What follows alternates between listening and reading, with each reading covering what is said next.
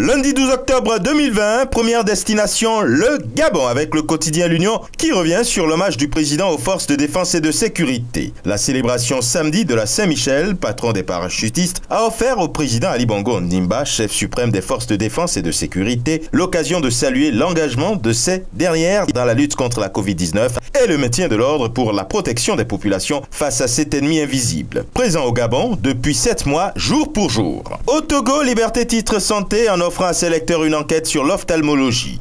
La méthode traditionnelle de Sidibé Mahamadou fait des victimes, dit le journal. Et puis avec Togo Matin, littérature, Rekia Madougou s'exprime sur son ouvrage « Soigner les certitudes qui s'attaquent à des préjugés ». Au Sénégal, avec Walf Quotidien, sinistre de Keur Massar, dans l'attente du cash promis. Il flotte un parfum de micmac dans l'air, commente le journal, alors que le quotidien fait le point 7 mois après de la pandémie sanitaire du Covid-19.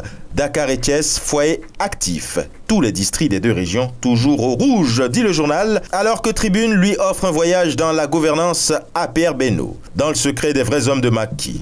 Titre le journal. Au Mali, le Républicain dit que le président Bandao donne des orientations au gouvernement. Et le journal de citer, chaque pas que vous posez doit davantage rapprocher le Mali de l'échéance d'élections organisées dans la transparence. Et maintenant au Cameroun, avec mutation, insécurité. Bouillon de microbes à Douala. Comment les hors-la-loi ont semé panique et désarroi jeudi dans la capitale économique. Tout autre chose avec le Messager, région de l'Est, le RDPC traîné en justice pour tribalisme. Une requête introduite au tribunal administratif de Berthois aux fins d'annuler la liste des candidats de la CODE au conseil régional validé par l'ECAM. L'œil du Sahel, lui, voit l'armée sécuriser les frontières en ce qui concerne le Cameroun, le Tchad et la RCA.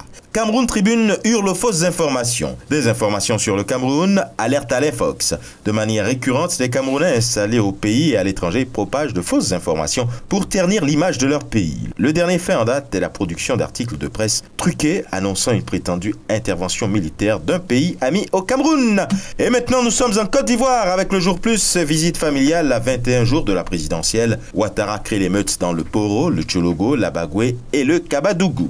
Le quotidien d'Abidjan, lui, revient sur le giga-meeting de l'opposition samedi dernier. Fou au Félicia. Et toujours dans la perspective des élections présidentielles imminentes, le sursaut écrit « Voici l'adversaire que Ouattara redoute », ce qu'il a confié à ses parents du Nord. Et maintenant au Bénin, la nation s'intéresse à l'état des droits de l'homme dans le pays. Le débat sur le rapport 2019 prévu au gouvernement. Avec le matin, contrôle des charges sur les routes, lui et moi salue le modèle béninois. Et dans sa livraison du jour, le matinal écrit « Recrutement dans l'enseignement et à la santé en lieu et place de l'augmentation des salaires des travailleurs, le choix réaliste de Talon ». Le chef de l'État priorise l'intérêt général au populisme et le même homme, donc le président Patrice Talon, de s'installer également en manchette de Fraternité Matin. Mais cette fois-ci, pour parler de présidentielle d'avril 2021. Le 20 est tiré, Patrice Talon candidat.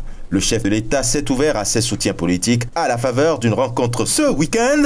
Et ce sera tout pour aujourd'hui. Mais encore, prudence, vigilance et surtout, n'oubliez pas les gestes barrières. Excellent début de semaine et à demain.